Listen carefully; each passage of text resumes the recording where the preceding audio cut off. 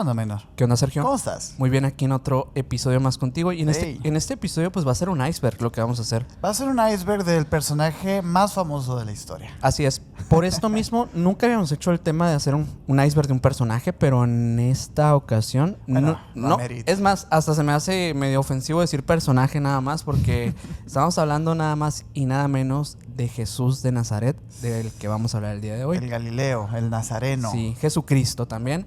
Wow. Va a ser un episodio muy interesante porque vamos a ir desglosando, pues como un iceberg, así nivel por nivel, los misterios más grandes de toda su historia y de todo lo que lo rodea como un concepto. Yo quisiera recomendarle a las personas los videos que tenemos ya hablando de la vida oculta de Jesús, desde su nacimiento cronológicamente hasta el último día de su vida. Además, también hemos cubierto en capítulos la muerte, hemos cubierto el Santo Sepulcro, hemos cubierto la pasión, hemos cubierto muchas escenas de la vida de Jesús. Pero fíjate que mientras yo estaba leyendo para este iceberg, me di cuenta que las cosas que vamos a decir aquí no podemos decirlas en otro formato, porque es, digámoslo, un popurrí de cosas que vivió Jesús que no se podrían contar así como tal, así como cronológicamente. Entonces va a estar buenísimo. Va a estar bueno. De hecho, bueno, ahorita que vayamos adentrándonos, van a ir viendo pues cómo lo intentaremos organizar, pero de verdad es demasiado grande este tema, así que quédense hasta el final para que se enteren de todo esto. Los invitamos también a los que son nuevos y nuevas en este canal a que se suscriban y que nos sigan en todas las redes sociales como Emisiones Podcast. Ahí me pueden seguir como Minor Cordón en Instagram. A mí como Castillón Sergio en Instagram. Mi abuelo Mike que va a estar atrás en los controles como MyGal99 en Instagram. Y el señor tiene 2 canales de YouTube para que vayan y lo sigan. Bueno, vamos con el nivel 1 de este iceberg. Venga, nivel 1. En este nivel, de hecho, te tengo algo que intenté hacerlo cronológicamente para empezar. Ok. Así que vamos a empezar con un tema que ha sido debatido por muchísimos teólogos. Y además de los teólogos, pues también está la parte, esta que nos gusta del misterio. Sí. El nacimiento milagroso de Jesús. Bueno, hay muchas fuentes en torno al supuesto nacimiento del Mesías, pero principalmente las que más se hablan son las de los evangelios de Mateo y Lucas, que cuentan un poco de su nacimiento. Hay otras como las de Marcos y Juan, estos evangelios que ignoran por completo pues el nacimiento. Es algo peculiar. No hablan ni de Belén, ni del pesebre, ni de la estrella, ni nada de estos misterios que rodean realmente pues el nacimiento. En Mateo y Lucas, en cambio, el nacimiento aparece pues recubierto de ciertos elementos que salen de cualquier experiencia que podría verse normal en un nacimiento. De hecho, el nacimiento de Cristo, es uno de los milagros también, que luego lo iba a definir a él como el Mesías, pues. Sí. Fíjate, un joven que asegura no haber tenido relaciones sexuales, un mensajero que irrumpe desde otra realidad para anunciarle un embarazo imposible, sueños que parecen mensajes codificados y un fenómeno luminoso en el cielo que actúa como si supiera exactamente a dónde tiene que guiar a ciertos visitantes que provienen de quién sabe dónde, ¿no? En este contexto hay diversos misterios. Número 1, hablemos del tema de la Virgen, ¿no? El corazón de este misterio es el milagro que rodea la palabra de la Virgen. O sea, ¿qué es Virgen, no? La tradición cristiana se apoya en una antigua profecía del libro de Isaías que dice: la Virgen concebirá y dará a la luz un hijo. Esa frase fue repetida por muchísimos siglos y esto construyó la idea de que Jesús nace de una mujer que nunca, pues, tuvo contacto con la Inmaculada Concepción. Exacto, así como se le llama tradicionalmente.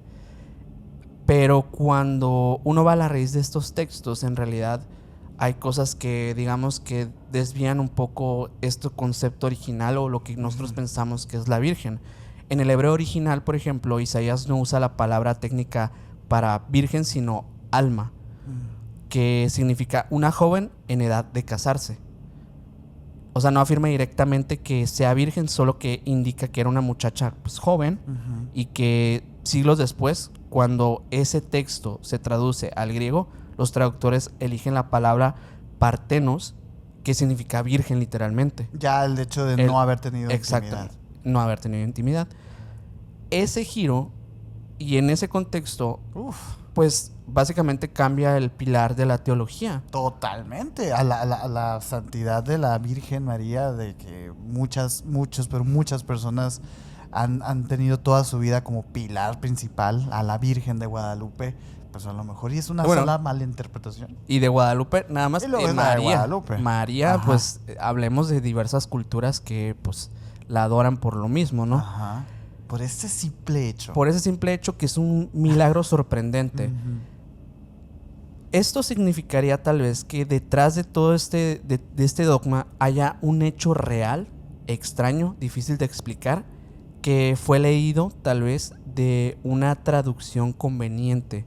Tal vez hubo un embarazo que rompía con las expectativas, una historia alrededor de María que no conviene a la iglesia. Por supuesto. Y es por eso que también es parte de los misterios del nacimiento, o sea, el hecho de saber que ese Espíritu Santo del cual se hablaba, ¿no? Esa concepción divina y esa, pues sí, esa cuestión que puede verse incluso ligada a teorías tal vez más apegadas a la ufología moderna incluso, Ajá. que hablan de concepciones milagrosas de personas que Ujú. fueron prácticamente pues intervenidas por una inteligencia superior o de otros lugares del universo, y es así como no tienen ningún tipo de contacto previamente Ujú. a tener un hijo. Bueno, ese sería uno de los primeros, este sería el principio, el ajá. principio del misterio, pero por otro lado, dentro de los textos se habla de que María recibió la visita de un ser que la tradición llama Gabriel. Gabriel, pues no es, digamos que un concepto, como en muchos casos a veces pasa que a veces se mencionan como nombres o conceptos para representar como fuerzas divinas o así. Pero Gabriel, en cambio, se presenta como un mensajero, como una persona, no una persona, sino una entidad Ujú. que viene de otro lugar y encomendado por una fuerza superior, que en este caso es Dios, Ujú. a dar este mensaje de que iba a concebir al Mesías. Los relatos bíblicos repitieron este patrón de apariciones de mensajeros durante pues muchos relatos, en muchas circunstancias, en muchos pasajes, pero la cosa aquí es muy específica. Gabriel no solo le dice a María que va a tener un hijo, le dice que este hijo va a ser distinto, que será llamado Hijo de Dios y que su existencia no es la de cualquier niño, va a ser un niño especial, va a ser el niño más especial de todos. Esto no proviene de algo humano, eso es importante recordarlo. Viene de una fuerza que proviene de otro lugar. Ujú. Y eso es lo que muchas personas, y lo repito, lo han comparado con la ufología moderna. Muchos han hablado de que este mensaje que provino del cielo y que no tiene una intervención terrenal, o sea, la de un hombre humano, podría tratarse tal vez de una historia que estamos muy lejos de comprender a través de la Biblia. Hay una intención de nosotros al contarles estas historias de avistamientos, de hibridajes, de eventos ufológicos y luego contrastarlo con algún capítulo con relación a la religión, porque queremos que se den cuenta ustedes mismos que son las mismas historias. Exactamente. Son las mismas Solo historias. visualicen este hecho. Para una mentalidad que es antigua, para una persona de aquella época, esta, digamos que traducción o esta forma de interpretar, más que una traducción, esta forma de interpretar la Biblia es evidentemente de una forma religiosa. Y creo que muchas personas todavía lo hacemos así hoy en día. O sea, me refiero a personas contemporáneas. Por supuesto que es lógico también intentar entender las cosas de un lado metafísico, de un lado Claro. de la divinidad. No se descarta esto. Es que exactamente, creo que estás dando en el clavo, porque quizás sí muchas personas cuando nosotros empezamos a tocar estos temas se enojaron con nosotros. Incluso, pues bueno, la famosa llamada saga de la blasfemia, que ustedes le pusieron así realmente y la tomamos con mucho orgullo porque al final de cuentas estamos hablando de lo mismo. Yo, en lo personal, yo he llegado a Dios a través de este discernimiento, de pensar que quizás estas cosas no son solo patrañas y que quizás, y ese interés que tengo yo por el mundo de la ufología tiene más que ver también con Dios, con estas historias que tienen, 2025 años de que existen. Entonces, algo está pasando aquí. Sin duda, algo está conectado con esto, y lo que nosotros definimos tal vez de manera muy intencionada a veces como inteligencia no humana, puede tratarse de cosas variadísimas. O sea, y sí, hablar desde entidades de tipo físicas, como los extraterrestres grises o estas cosas, como también fuerzas elementales de la naturaleza o fuerzas divinas que provienen de otras dimensiones que no entendemos ni comprendemos y no estamos ni cerca de saber qué son realmente. No. Básicamente por eso este segundo elemento del mensajero que viene de otro lugar es uno de los grandes misterios de este famoso milagro del nacimiento de Cristo. Y digamos que por otro punto, y yo creo que está sumamente conectado con los anteriores, es pues como tal el embarazo sin un hombre, ¿no? Este embarazo que podría verse como un milagro, incluso si lo ponemos en una época contemporánea, un milagro tecnológico. O sea, algo que está ligado a lo que hoy en día se construye a través de la tecnología que se ha desarrollado, ¿no? Sí, sí. Digamos que es el centro del misterio. María termina embarazada, asegurando que nunca tuvo relaciones. José, al descubrirlo, entra en una crisis. Recordemos esto. Por supuesto. Todo indica que, a sus ojos, algo no cuadra. La sociedad de la época no era precisamente flexible con estos temas. Eso es muy importante que la gente lo entienda. Cuando una mujer hace algo así, significaba la muerte. Significaba la muerte. La única salida aceptable para todo esto, para salvar la historia, es un mensaje que no proviene del mundo humano. José, en ese momento, tiene un sueño en el que se le dice que el niño viene del espíritu, que no tema, que lo acepte. Y así lo hace. José acepta estos términos, aunque parezcan descabelladísimos. En términos actuales, un embarazo así, pues desafía cualquier proceso biológico que exista. Por lo menos hasta el día de hoy. Hasta el día de hoy. No ha existido una persona que tenga un embarazo de este tipo. Es que fíjate, sí hay. Sí. Y los hemos platicado. Pero lo sabemos. O sea, lo que creo es que aquí la diferencia es que María no sabía que iba a pasar esto. Bueno, yo me refería más bien al si quieren escuchar historias similares a la Inmaculada Concepción de María, pues simplemente chéquense los casos de hibridaje. Ah, claro. Chéquense los casos de personajes históricos que dan a luz a través de sueños. Bueno, es que es muy fácil verlo de esa manera. Uy, no sé, va a estar buenísimo. Sí. ¿Sabes, verdad? ¿Qué será? O sea, digo, esto muchos lo han interpretado. O sea, digo, hay personas, ufólogos, personas también que, pues, incluso han indagado en los milagros, en estas concepciones divinas, en estos cuerpos incorruptos y todo esto como intervenciones o manipulaciones biológicas de entidades no humanas. Pero no me refiero, quiero repetirlo, no me refiero a extraterrestres grises. Exacto. Me refiero a inteligencias no humanas, es decir, que vienen de otras partes. Que no son humanos. Así nada más.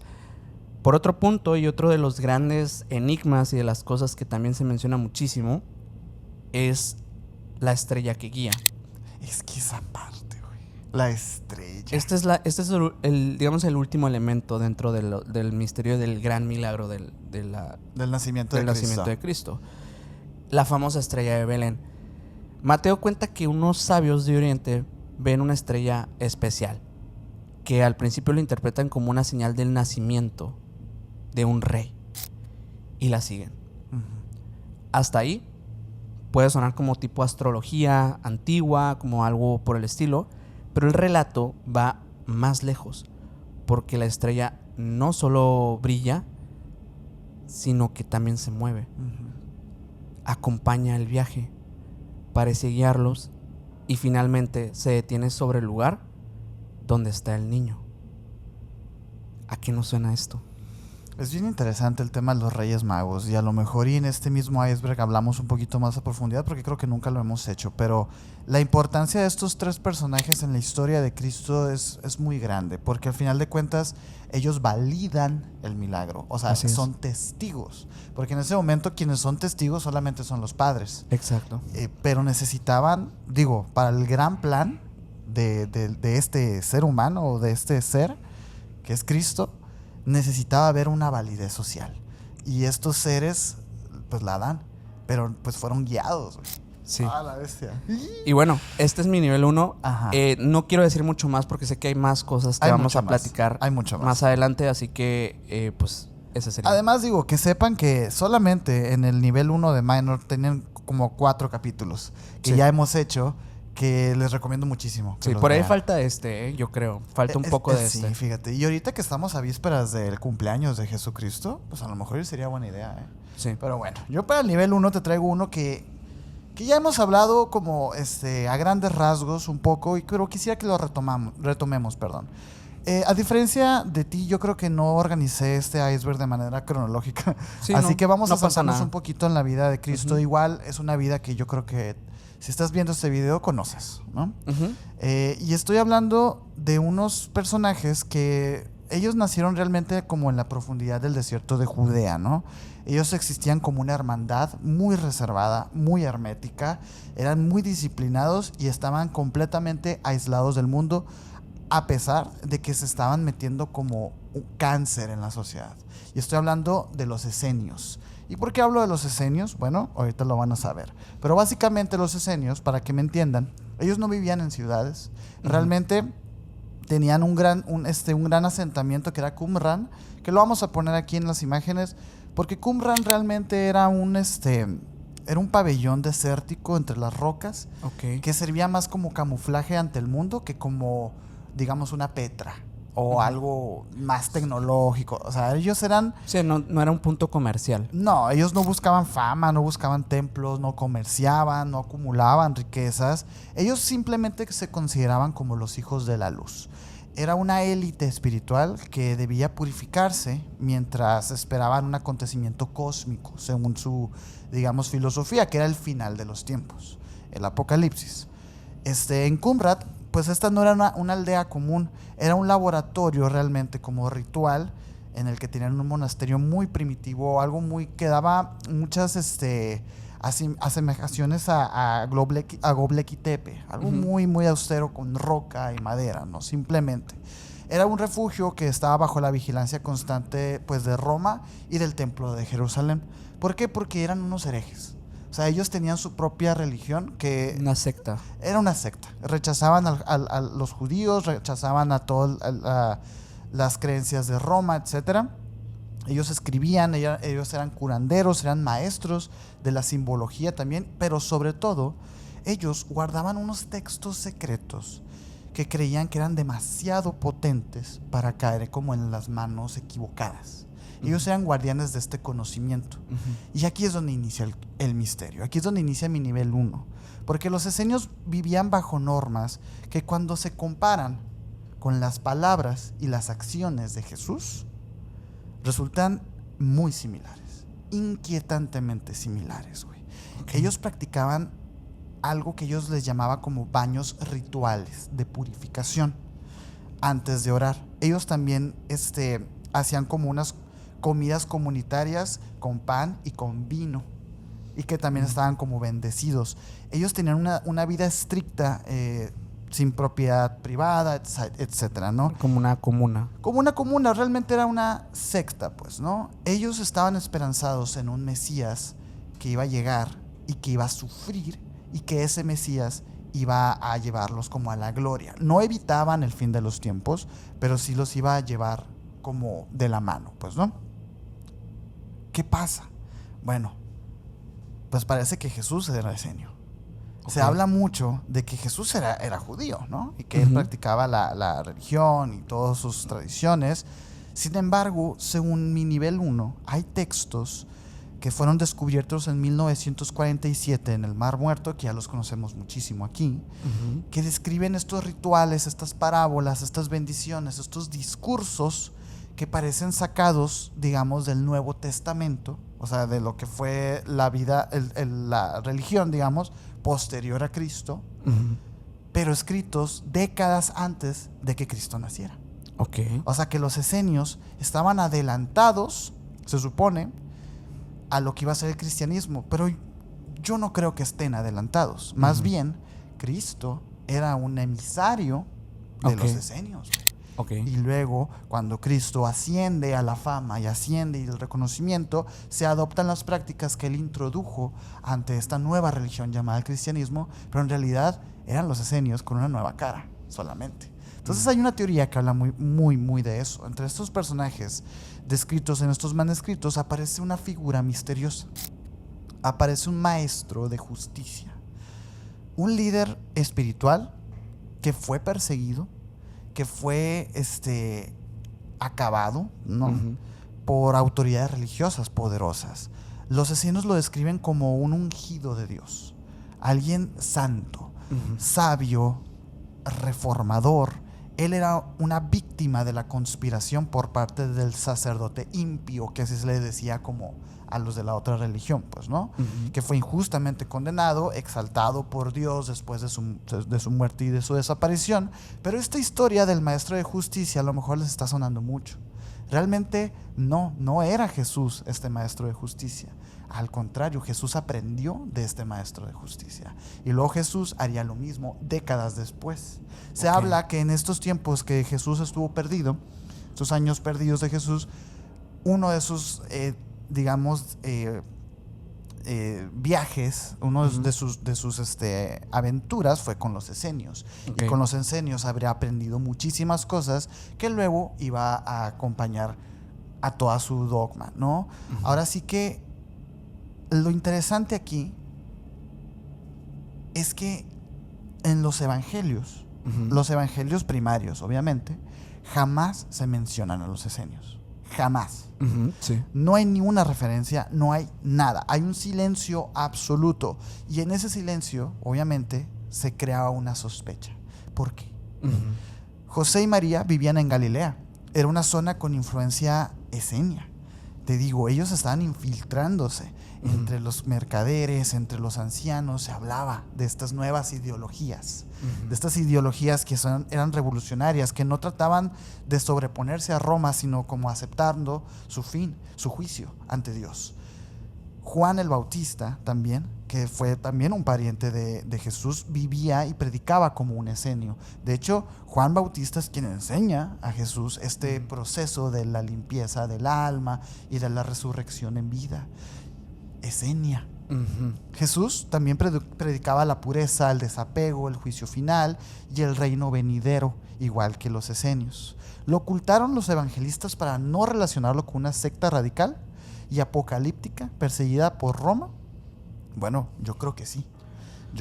Esto del bautismo me parece de lo más interesante, porque es un acto ritual. O sea, directamente el hecho que Jesús un día, de cierta forma, digamos que pues adquiere esta práctica. O bueno, Juan el Bautista también. Juan el Bautista. Sí te hace pensar que esto proviene de algo que fue parte de una tradición mucho más grande que una persona. De hecho, o sea, Juan el Bautista no inventa el bautismo. O sea, de hecho, en el complejo de Combra, el que te estaba diciendo ahorita, está lleno de unas cosas que se llaman las mikvaot, que son unas como piscinas, unas alberquitas de purificación, donde ahí los miembros se sumergían varias veces al día para entrar como en un estado de pureza espiritual. Recordemos que estamos en un desierto, pues, en un contexto muy desértico, muy árido. El hecho de poder tener como, digamos, el lujo de sumergirte en el agua se consideraba divino para los esenios. Claro. Y por eso ellos lo hacían para entrar como en frecuencia para la meditación, etcétera, ¿no? Jesús no solo se deja bautizar por Juan, él luego imitaría este símbolo de la purificación y lo convertiría en algo propio del cristianismo, pues el bautismo, que es un sacramento al final de cuentas. Claro. Es posible que Jesús haya pasado, digamos, por una iniciación similar dentro de la comunidad esenia. Bueno, muchos textos sugieren que pudo haber convivido con ellos en su juventud, en estos años perdidos. ¿Por qué entonces desaparecerían al mismo tiempo que surgió el cristianismo? Hay personas que hablan de una persecución, hay personas que hablan más bien de una fusión. Lo cierto es que la comunidad de Esenia desaparece justo cuando el cristianismo empieza a florecer, cuando ya los apóstoles originales empiezan a fallecer como mártires. Ahí es cuando los esenios empiezan a desvanecerse. Ya después del siglo 70 después de Cristo, los esenios se difuminan en la historia y ya realmente no se habla mucho de ellos. Se pierden sus textos, sus tradiciones y más. Fíjate que yo pensaría eso, pero es que no se pierden, se transforman.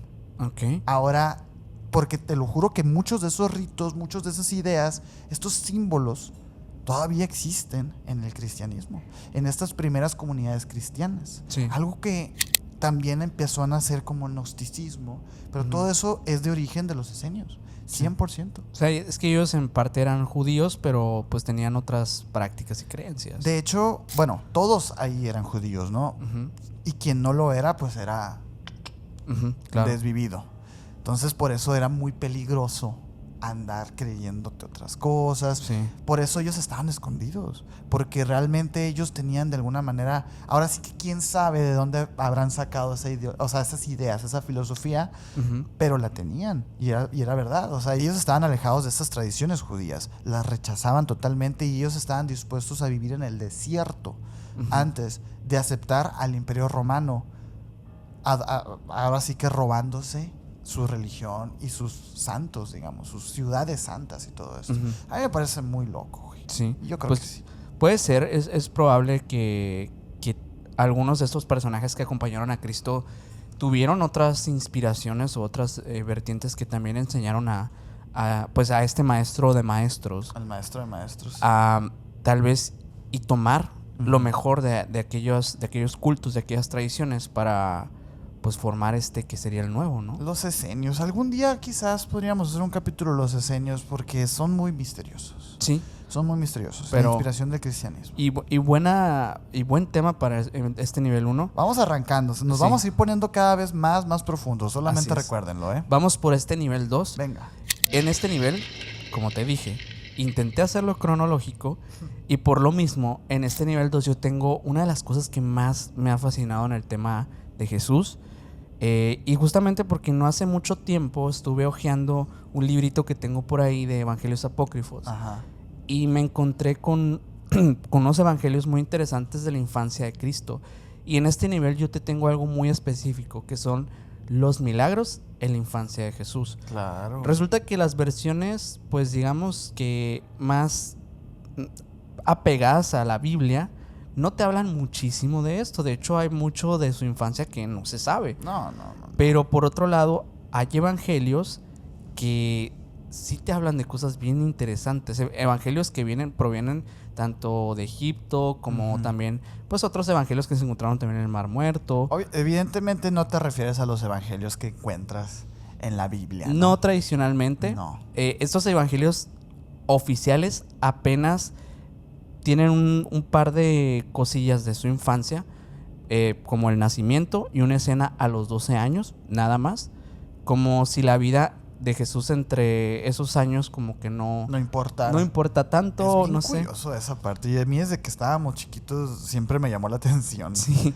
Hay, por otro lado, estos evangelios que son los textos apócrifos también llamados, especialmente el evangelio árabe de la infancia y el evangelio de Tomás el infante. Describen estos una serie de hechos muy importantes y bastante extraños, ¿eh? O sea, aquí es donde yo creo que se habla de un Jesús más real. A mí me encanta este Jesús. Sí. Chamaquito, güey. Te voy a contar algunas de las cosas que encontré y las vamos platicando. Bueno, uno de estos relatos, de estas historias de su infancia, es cuando este niño crea vida de la nada. ¿Cómo pasó esto? Es uno de los episodios más famosos del Evangelio Tomás. Jesús, de unos 5 o 7 años, juega junto a un arroyo después de la lluvia. La tierra estaba húmeda, estaba maleable, y el niño, como cualquier otro niño, se pone a jugar. Con el lodo. Con el barro, ¿sabes? Empiezan a hacer figuritas y todo. Y el niño, muy solitario, jugando, empieza a moldear 11 figuritas de pajaritos de barro. Una forma bastante precisa, tenía buena habilidad para hacerlos, como si supiera exactamente qué estructura necesitaba cada uno de ellos.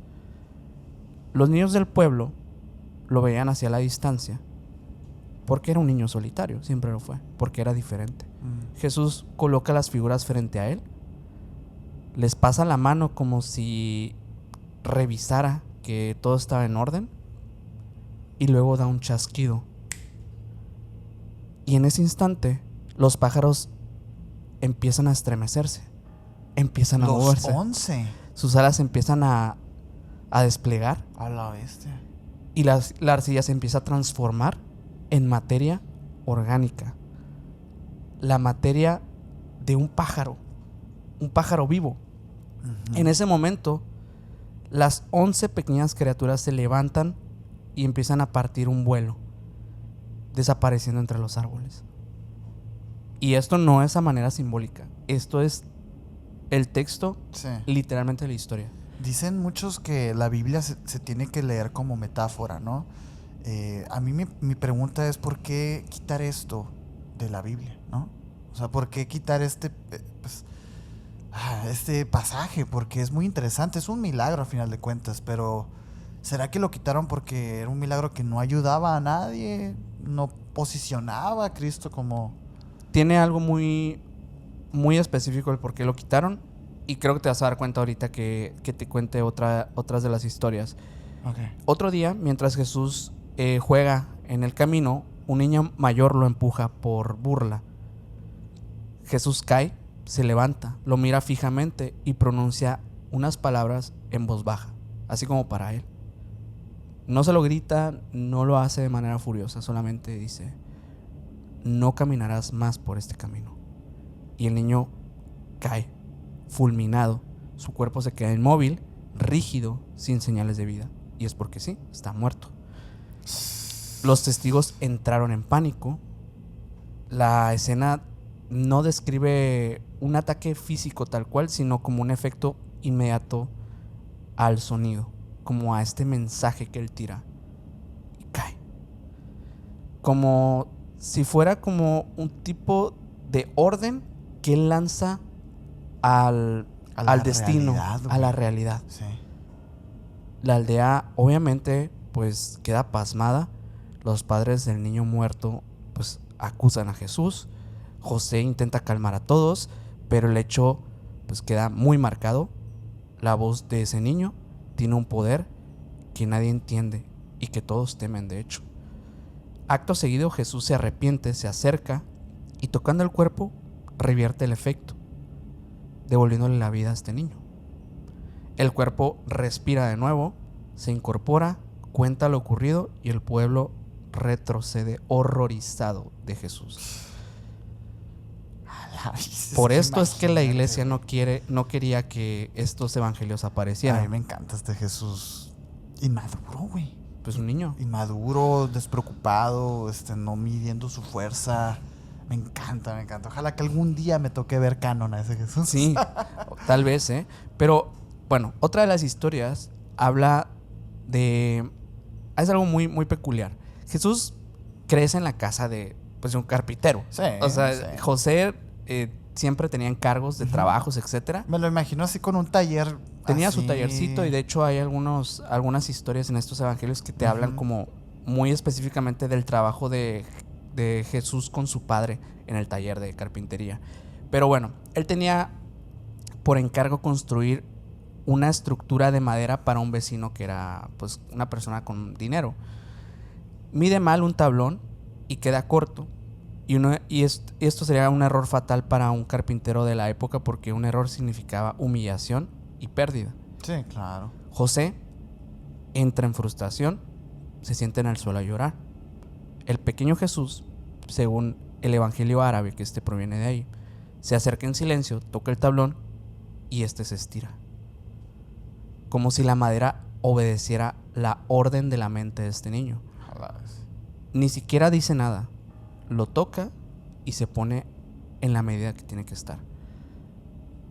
Y en ese momento, pues, José se queda paralizado y el texto recalca que Jesús lo hace como si nada.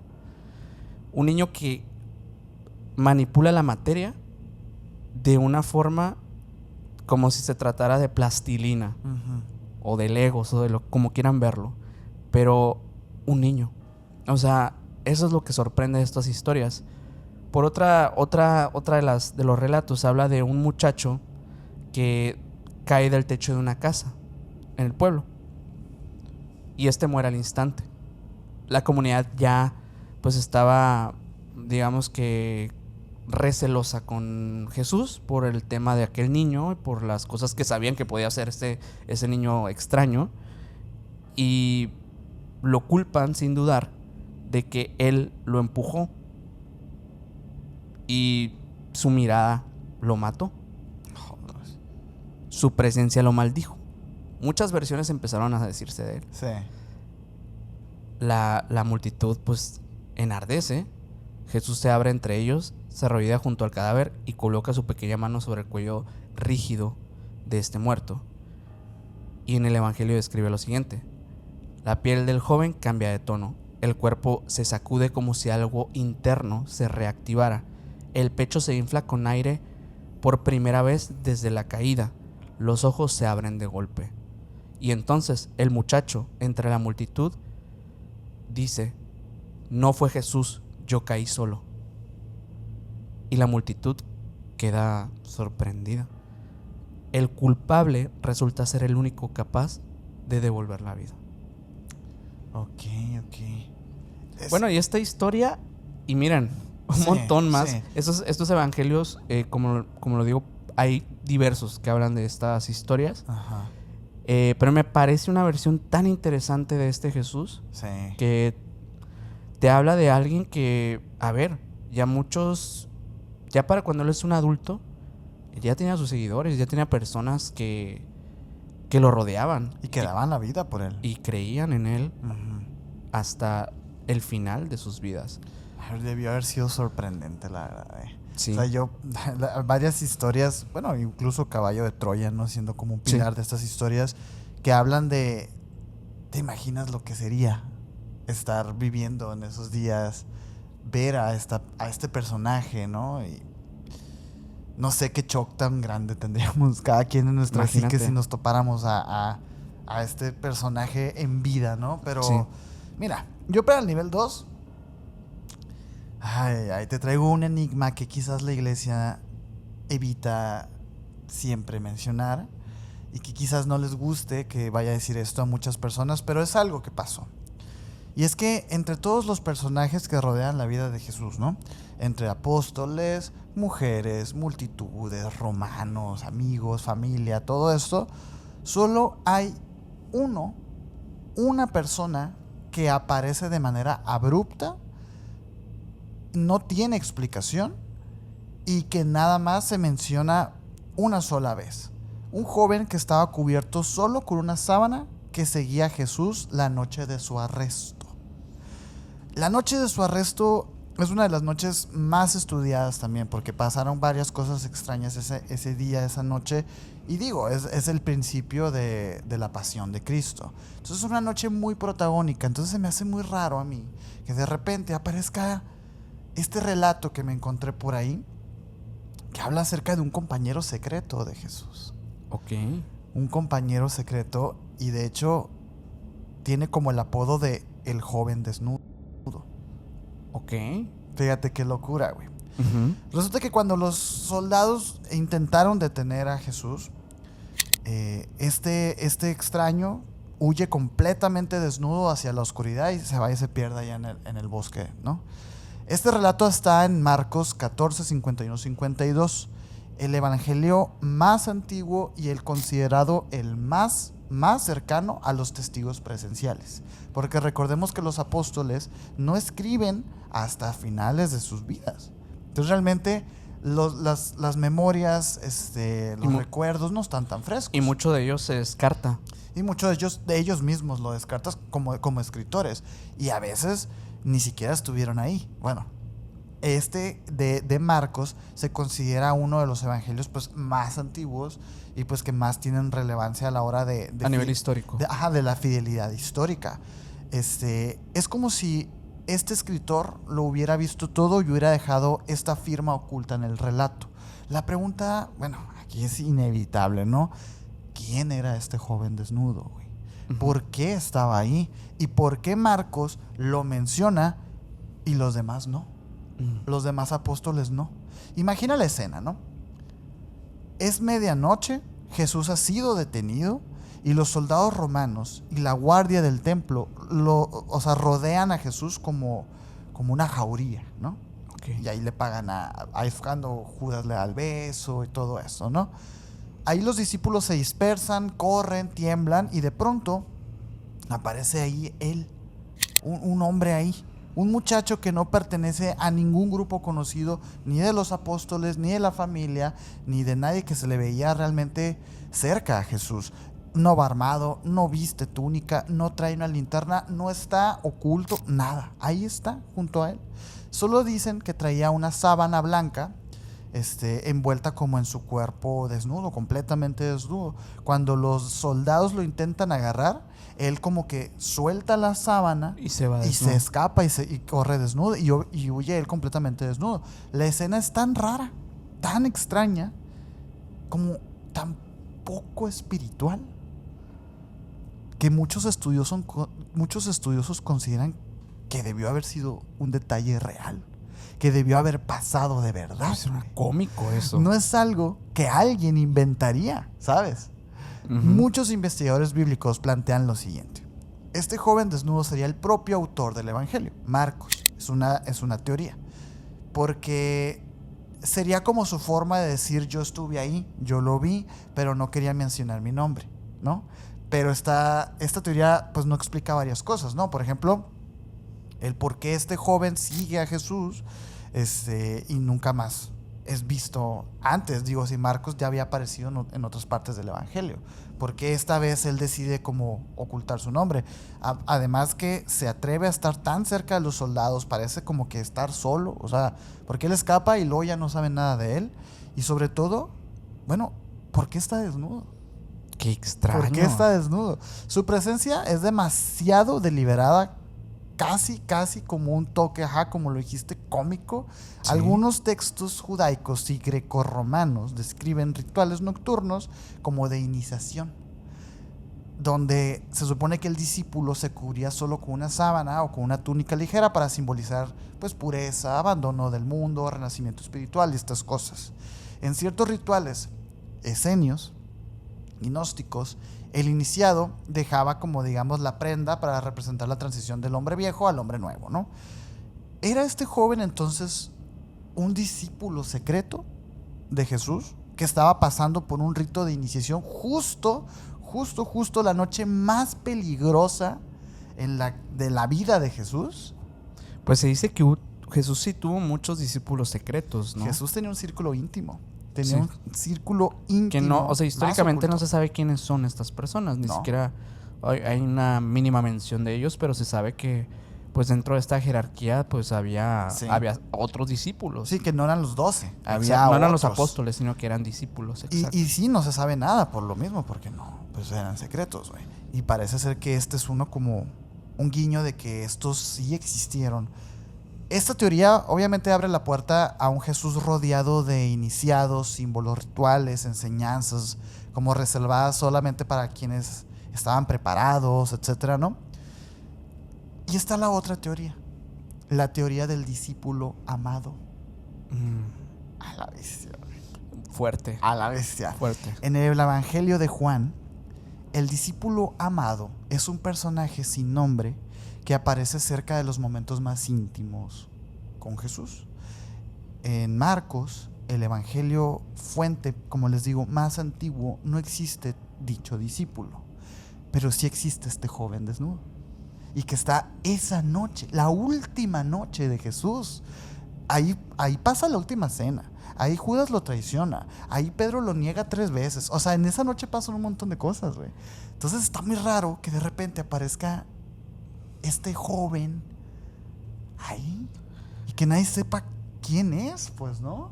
O sea, me imagino que la iglesia omite totalmente el hecho de de explicar quién es este personaje.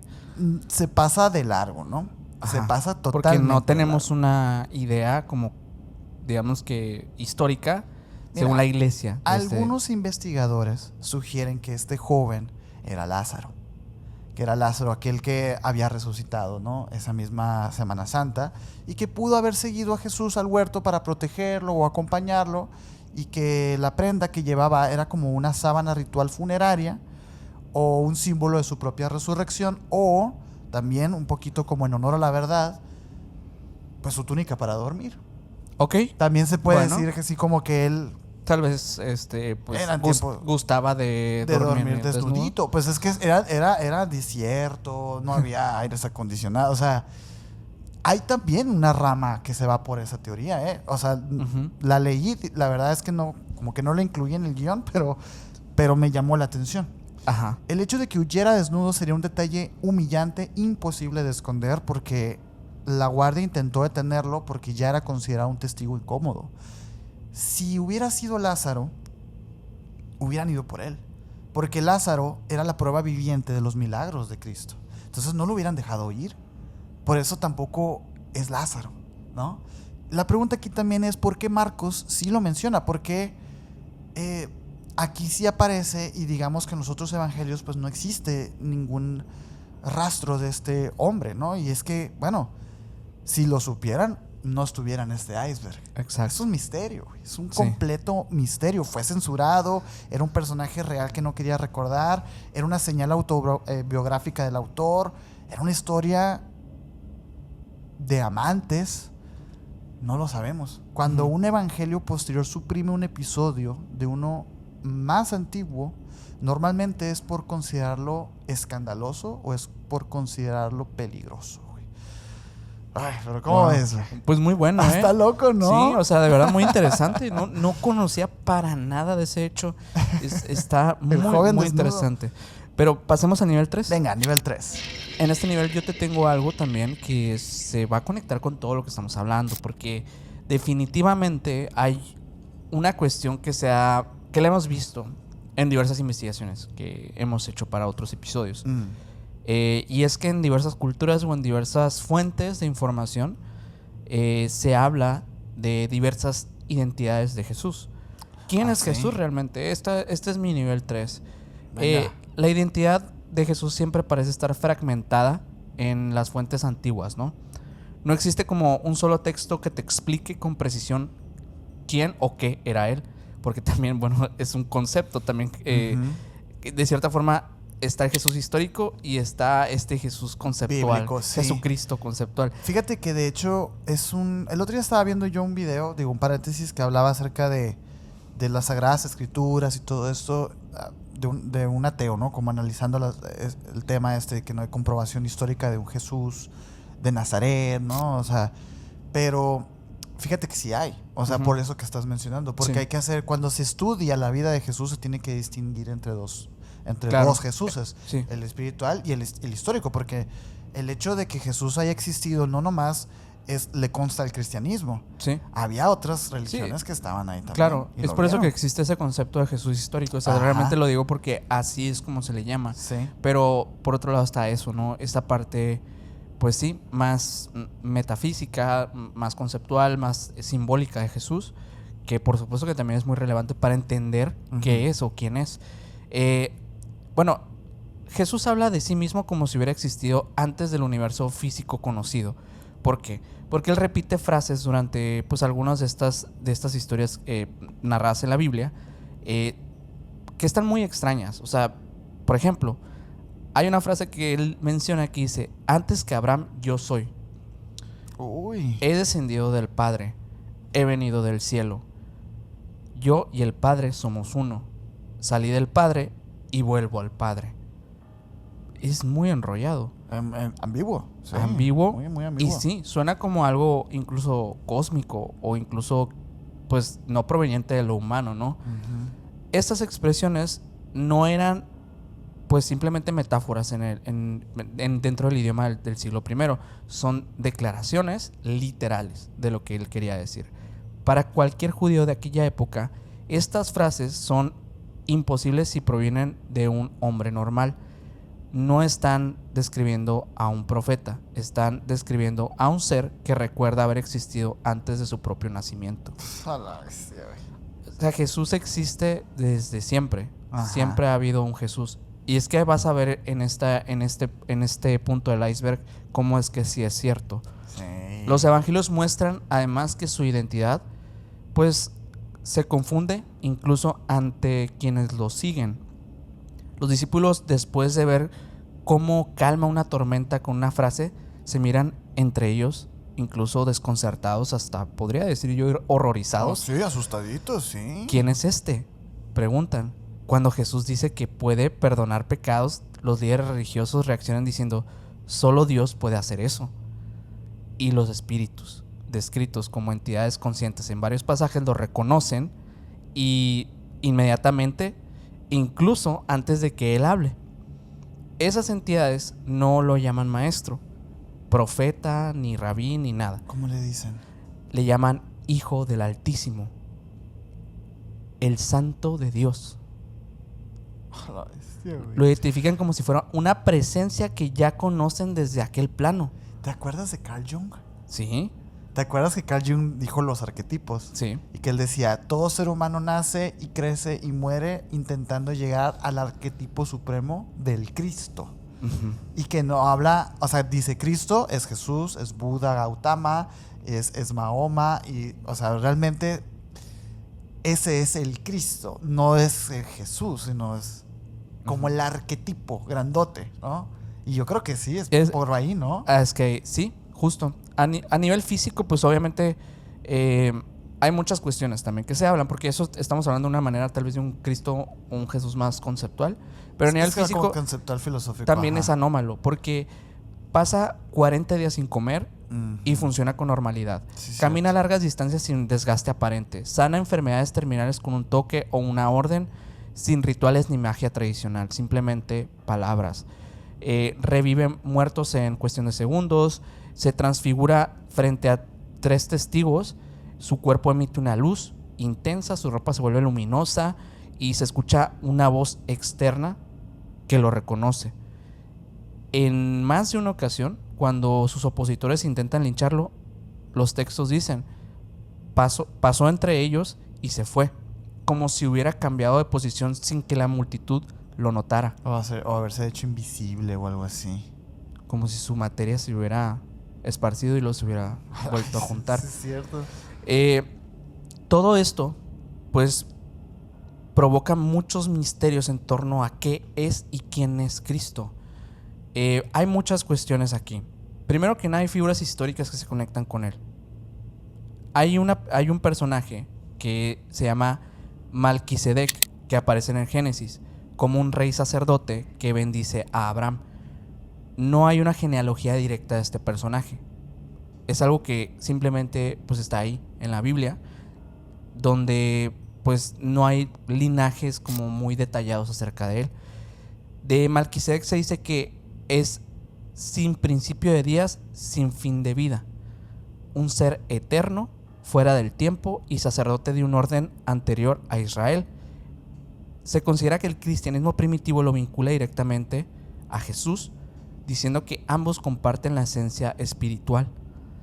Algunas corrientes, tal vez más tiradas, yo diría a lo gnóstico, afirman que este personaje, Malquisedec, fue una manifestación anterior del mismo ser, antes de que apareciera Jesús. Por otro lado, el Hijo del Hombre, del libro de Daniel. El libro de Daniel describe a un personaje muy misterioso que dice: alguien que viene con las nubes del cielo, recibe autoridad eterna y se sienta junto al anciano de días. No es un humano, es una figura divina que baja del cielo con poder. Jesús toma ese mismo título repetidas ocasiones y no es el mismo.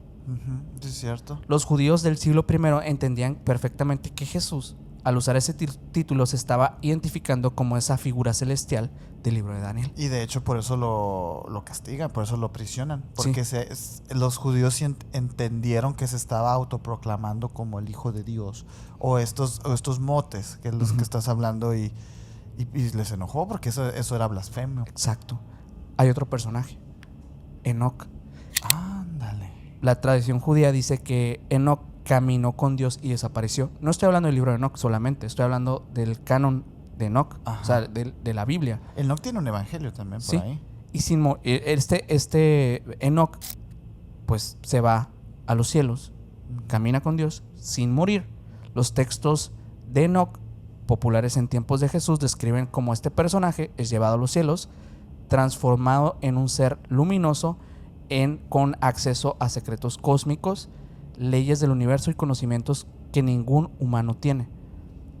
Y esto sumado, obviamente, al montón de textos pues, de la mística judía, del libro de Enoc, etcétera, que aseguran todo esto que estamos platicando. Y eso es nada más con las religiones judocristianas, pero como decía, en el budismo, en el islam, también existen personajes que se les atribuye a este mismo arquetipo. Sí, varias escuelas esotéricas lo ven como un precursor a Enoc, como un precursor a Jesús.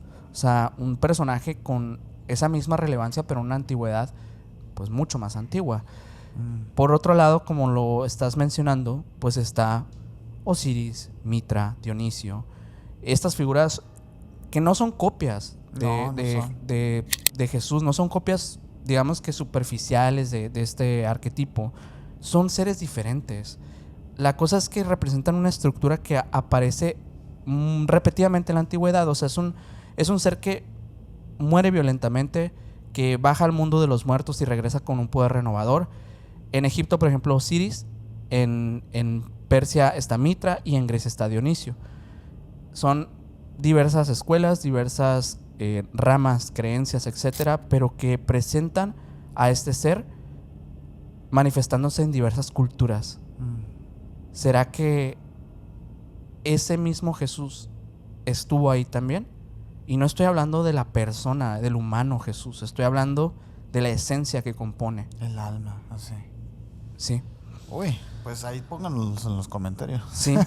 Y estas figuras, y se los prometo que muchísimas más. Podríamos hacer un episodio completo de esto, de la identidad de Jesús. De los Cristos. Sí. Pero eso yo creo que lo dejaremos para más adelante.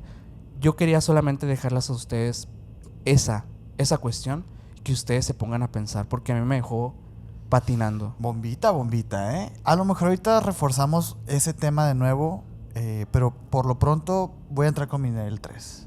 En mi nivel 3, bueno, sencillo, ¿no? La imagen tradicional de Jesús expulsando demonios es conocida, ¿no? El exorcista Jesús. Las palabras suaves, tú sabes, ¿no? Que siempre son ir, tocarles la cabeza y te libero y ya, ¿no?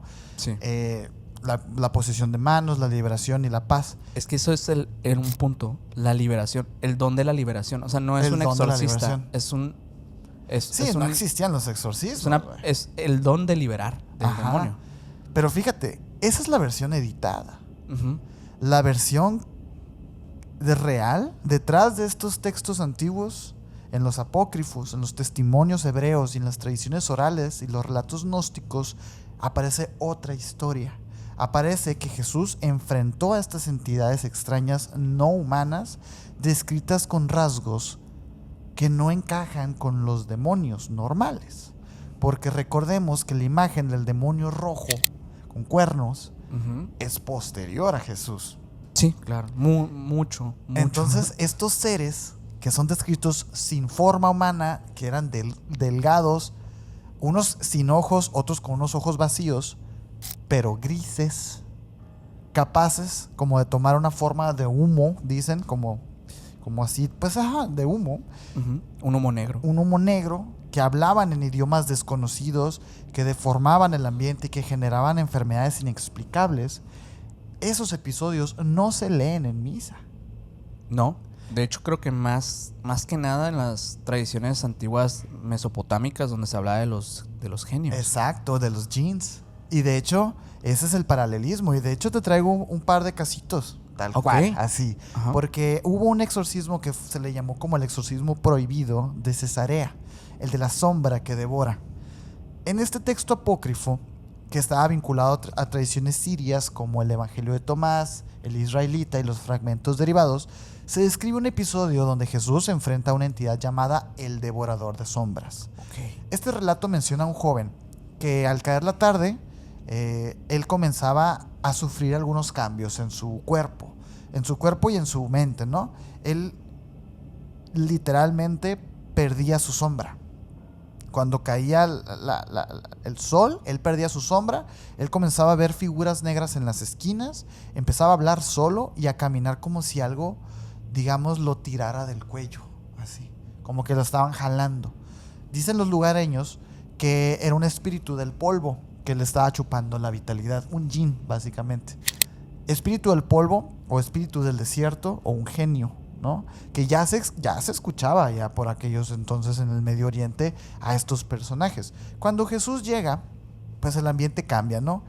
Dice que el ser habla a través de este joven con una voz descrita como muchas voces en una sola. No pide salir, no suplica. Jesús solamente lo observa y le responde con una frase que no aparece en los evangelios canónicos. Le dice: tu reino no es este, y tu casa no es carne. El joven dicen que cae como una piedra y que la entidad sale como una sombra líquida y se desvanece en el aire. Ok. Este episodio, por ejemplo, fue eliminado de los textos oficiales porque la descripción de la entidad, digamos, no encaja con una demonología judía ni cristiana clásica. En Marcos 9, por ejemplo, hay un detalle que se suele omitir. El niño que Jesús libera está poseído por un espíritu que lo tira al fuego y al agua. Pero la tradición judía cuenta un dato más inquietante. Este espíritu mudo era representado como una criatura sin boca, con un rostro vacío y una cabeza muy grande. Cristianos del siglo II, como Papías y Justino, transmitieron esta misma imagen en comentarios que hoy se encuentran fragmentados en estos textos. Pero básicamente la descripción es la misma.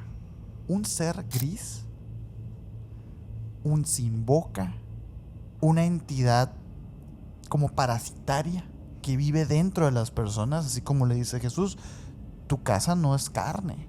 Como que estos seres necesitaban poseer para ellos vivir. Ok. Un Como espectro sin rostro. una vasija. Como una vasija, exactamente. Y la descripción es la extraña, ¿no? ¿Qué te parece? O sea, un Sí. ser gris, cabezón, sin boca, Sí. con ojos. Bueno, se describe que hay unos que no tienen ojos. A mí me gusta pensar que es la forma de, digamos, interpretar un ojo negro, grandote, almendrado. No sé. Existe esta historia que es muy famosa, la de la Legión, la Horda de Legión, ¿te acuerdas? Que dice que la tradición dice que Legión eran demonios en manada, que así es como se le conoce hoy en día, ¿no? Que es la infestación. Un avispero. Ajá, como un tipo avispero. Pero este relato original, perdón, tiene detalles casi alienígenas. ¿Por qué?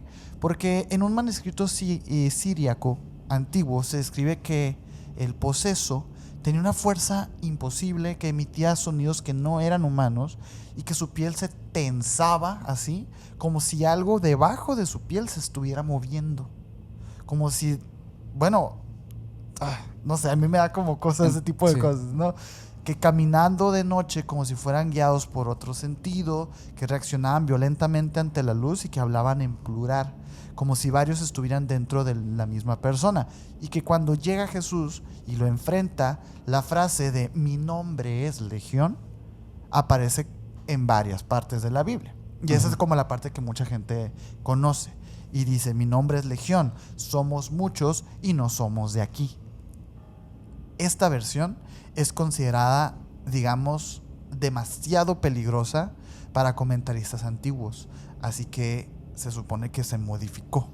Legión parece más una colonia de entidades, un enjambre, un panal, un colectivo consciente, que como demonios individuos. O sea, que como como que demonios... no pueden actuar de manera independiente. Ajá, o digamos como tan organizadas los demonios como tal, pero sí estos seres. Que la teoría de que Jesús se enfrentó más que a los demonios, a mí me parece muy cierta. Porque teólogos, especialistas en estudios comparan varios patrones. Los seres que Jesús expulsa no se comportan como los demonios. No se comportan como demonios típicos que conocemos hoy en día, ¿no? Y mucho menos a los demonios típicos del judaísmo del siglo I, porque ellos no piden permiso para actuar, no se identifican como ángeles caídos, Eso me parece una locura. No hablan de rebelión contra Dios, no explican su origen en tradiciones hebreas, no, nada de eso. En cambio, hablan en plural, parecen como externos, como de otro lugar. No parecen espirituales, pues, seres espirituales, sino parecen visitantes, güey. O sea, a mí me gusta mucho. Estamos esto, diciendo, ¿no? que Jesús confrontó a entidades Intradimensionales o extraterrestres. Bueno, extraterrestres por definición, güey. O sea, Jesús no solo expulsó demonios, expulsó entidades que hoy llamaríamos no humanas. A entidades que hoy llamaríamos extradimensionales, parasitales, extraterrestres.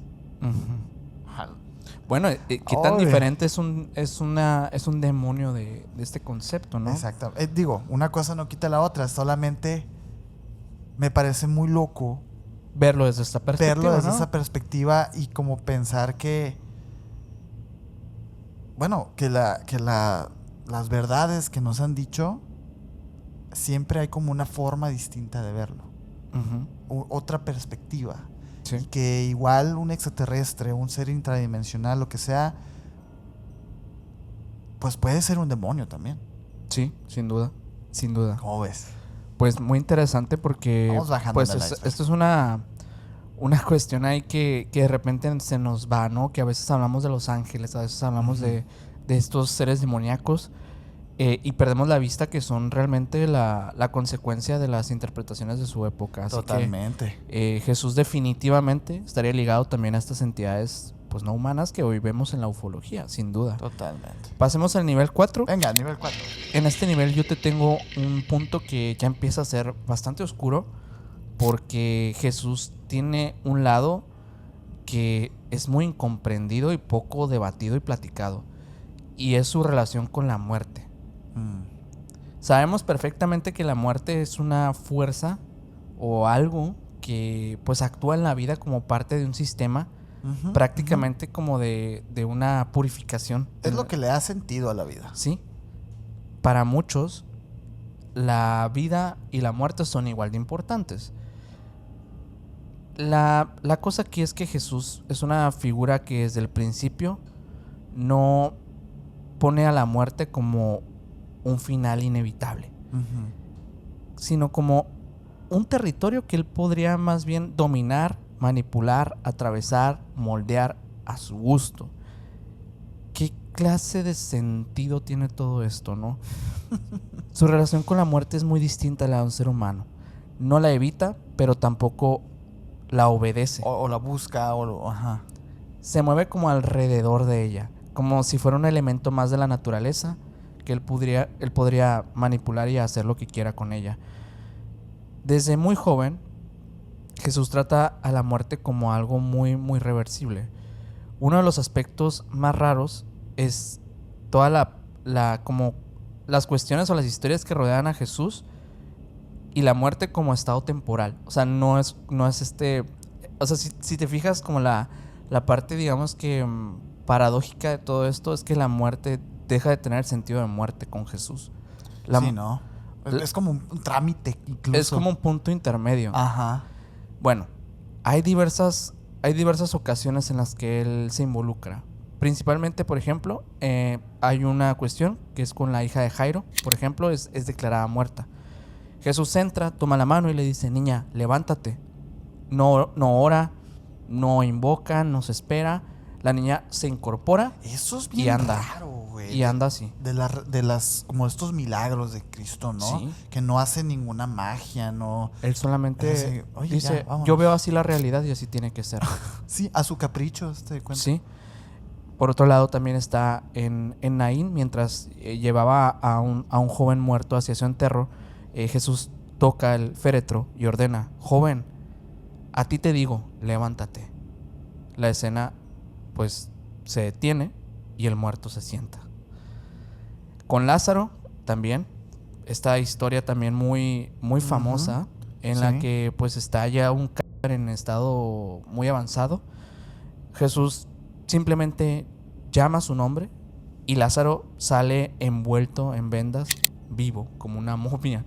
Ese pasaje de Lázaro, bueno, es muy conocido, incluso se le atribuye que es el primer zombie de la historia, pero no, para este entonces ya Jesús ya llevaba varios resucitados. Sí. Pero sí es el más famoso.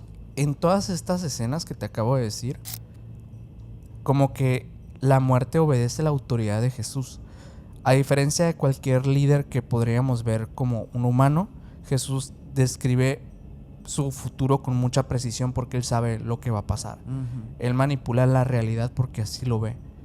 Su mente es la creadora del todo. Entonces, dice que va a morir, cómo va a morir, quién lo va a entregar y después va a vivir nuevamente.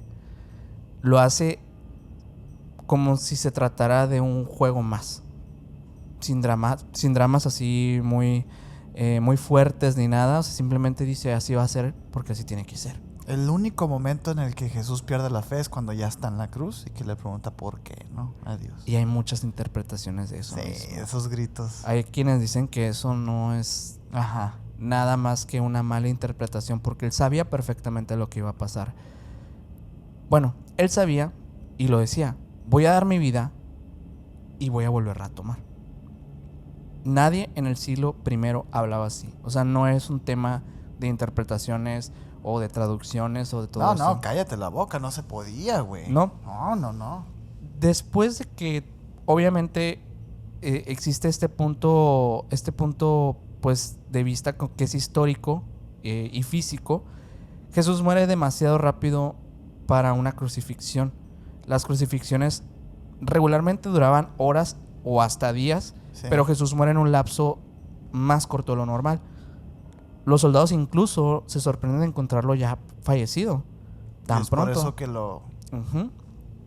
El Evangelio de Juan dice explícitamente que Jesús entregó su espíritu como un acto voluntario, o sea, de hecho casi que táctico, ¿no? No muere por agotamiento, muere por decisión. Hasta eso, ¿no? Él decidió que en ese momento se iba. Es muy curioso que menciones esto porque es verdad, ¿no? Esto de la crucifixión que por lo general sí duraban hasta días, güey, los castigados, pero se hace mucho hincapié, sobre todo en Semana Santa, en el Vía Crucis, el sufrimiento y los tormentos que tuvo que pasar Jesús de todos estos escenarios tan sangrientos, tan horribles que nos cuentan la historia como si fuera muy difícil haber hecho lo que hizo, y no estoy diciendo que no lo es, ¿no? No estoy diciendo que no lo es. Sin embargo, sí, como que la historia está muy inclinada a que observemos y contemplemos el sufrimiento de Jesús con estos castigos, la corona de espinas, los azotes, el Gólgota, todo este trayecto. Y suena casi imposible, pero lo cierto es que Jesús no fue el primero en sufrir esto, y que la mayoría de personas, bueno, Jesús llega al Gólgota y hay dos compañeros. Hay dos compañeros en la cruz ahí enseguida de él que ya llevaban rato ahí. Sí. Entonces es como importante no olvidar esa parte, pues. Sí, o sea, realmente ahí es donde te das cuenta que... Y donde muchos se preguntan, ¿no? Pero ¿por qué se dejó, no? Pues es que no es que se haya dejado. Es que él quería que así fuera. Así estaba escrito. Y tan así lo fue que en el momento que ya estuvo en la cruz, él apresuró las cosas y dijo, yo ya me voy. Y se fue. Tan así que cuando pasan esta lanza, pues la famosa lanza de Longinus, ¿no? Produce este fluido extraño que es entre, pues dicen, y esto lo dicen así en la Biblia, entre sangre y agua. De hecho, creo que hay algunos médicos cristianos que han hecho su investigación. Sí, claro. Y hay una explicación ahí de científica. Sí, bueno, sí, una condición ahí. científica, entre comillas, porque obviamente no es como que fueron a investigar. Pero hay una teoría, ¿no? Hay teorías por ahí. Pero ese detalle ha desatado como algunas cosas que hablan de que... O de interpretaciones, más bien, como que hablan de este colapso físico, de la separación de fluidos, o incluso de que esto que pasó fue como la interpretación de que el alma de Jesús ya no está ahí. Y tan así que el recipiente es un recipiente, ni siquiera es un cuerpo normal. Es algo anómalo, extraño, ¿sabes? Esto del agua y la sangre, ahorita que lo mencionas, sí es cierto, ¿no? O sea, como que estableciendo que Jesús, a lo largo de este iceberg, hemos dicho como que no es algo normal, que es más bien como un recipiente exacto, pues no estaría como extraño pensar que esa agua y sangre no sea más que como un tipo de como lubricante, así como las máquinas, ¿sí? O sea, no sabemos. Algo bien raro, ¿sí? Pues, ajá. O sea, realmente lo que mencionas tú, y que de hecho lo hablamos en algún episodio de ese estudio que existe, que no es un estudio, como digo, tal cual, es más bien una teoría que se tiene en torno a que fue, bueno, te explican como el por qué pudo haber salido agua y sangre. Y bueno, sí, es una teoría, pero al final de cuentas no explica al 100% pues todo lo que sucede ahí. O sea, hay otras anomalías que pasan alrededor que terminan dándote a entender que tal vez y el recipiente ya había sido dejado. Obviamente que este cuerpo pues fue, digamos que, tratado de una forma muy peculiar. Las autoridades romanas y judías actuaron con mucho pánico, que obviamente no es normal para alguien que ya está ejecutado.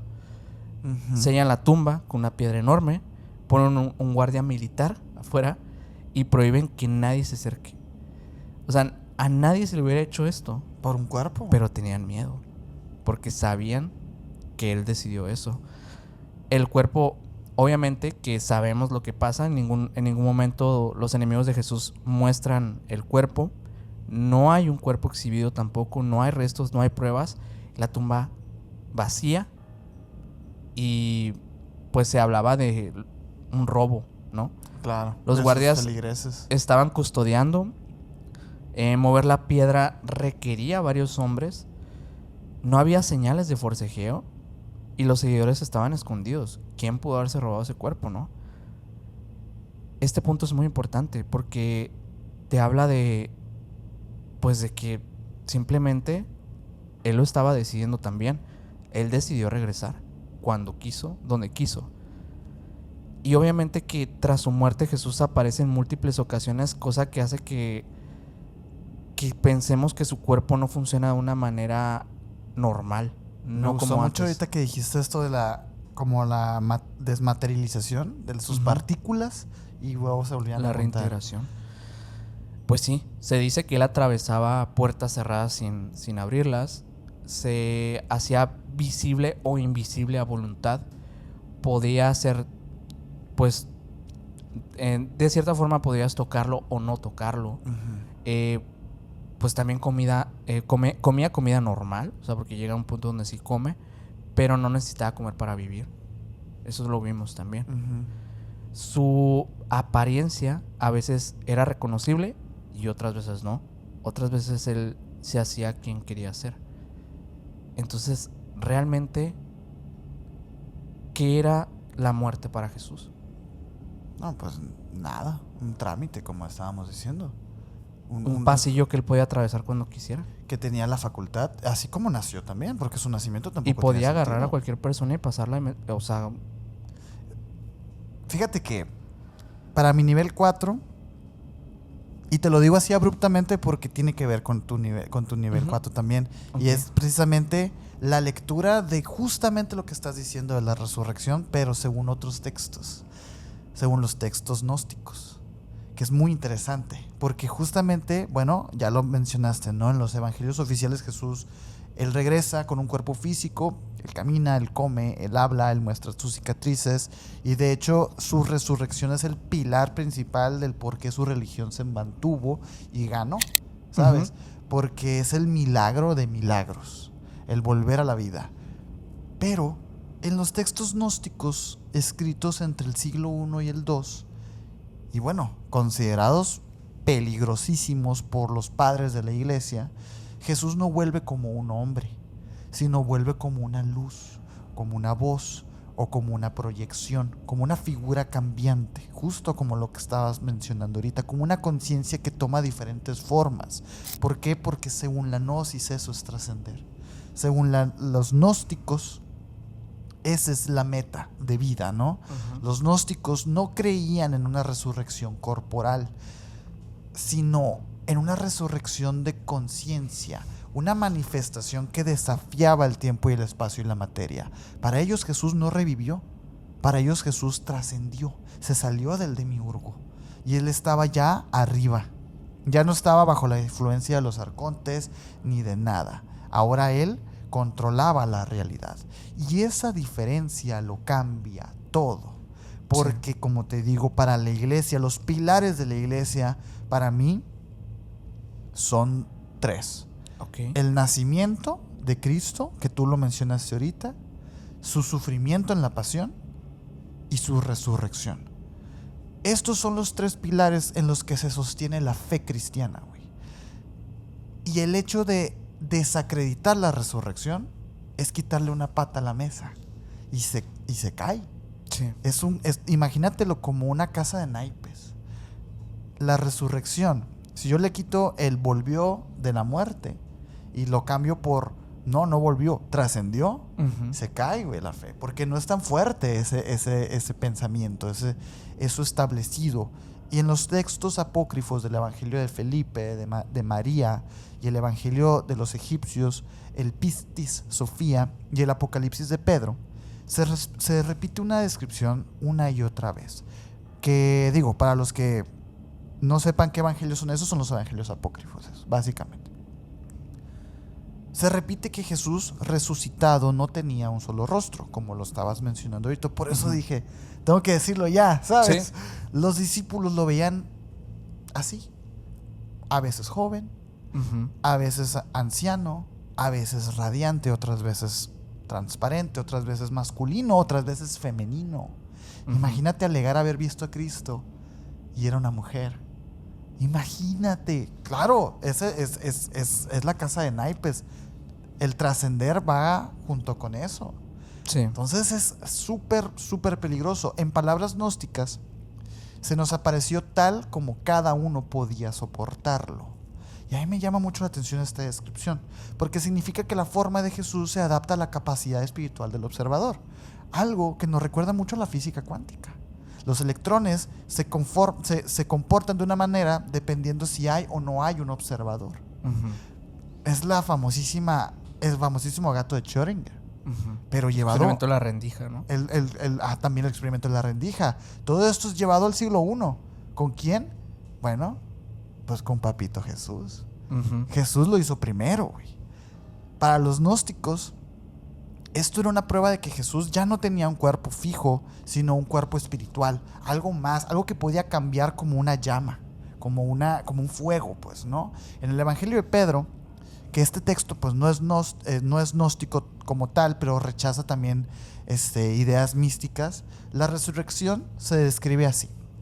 La tumba se abre por sí sola, 2 seres gigantes bajan del cielo, Jesús sale con una figura inmensa, o sea, Jesús como gigante, y tras él dicen que surge una cruz que habla, que los guardias los romanos de los que mencionabas que estaban custodiando el cuerpo de Cristo para que ningún fiel se lo llevara y continuara el culto, porque recordemos que a Jesús se lo echan para acabar con este movimiento religioso que estaba efervesciendo en una Jerusalén disputada entre Roma, entre los judíos ortodoxos. Bueno, todo esto era muy importante y se supone que esto pasa y que los guardias ven a esta luz que estaba viviendo entre ellos, y que en algunos comentarios gnósticos derivados también se dice que Jesús no sale caminando en carne, sino como una columna de luz que parecía un hombre y no un hombre. Uh-huh. Algo raro ahí, algo ascendido.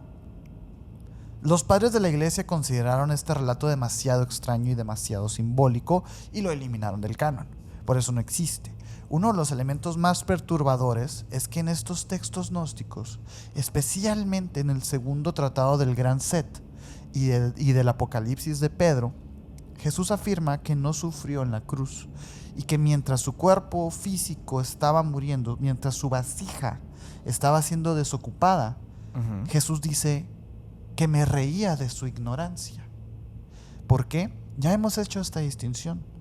Jesús y Cristo eran dos seres completamente diferentes. Jesús era el ser humano, la vasija, el cuerpo, la carne.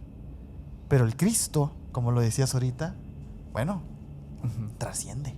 Es mucho más y ha sido así por milenios. Uh-huh. Entonces, este pasaje es muy clásico, porque según el gnosticismo, su yo verdadero, el Cristo divino, nunca estuvo atrapado en un cuerpo físico. Uh-huh.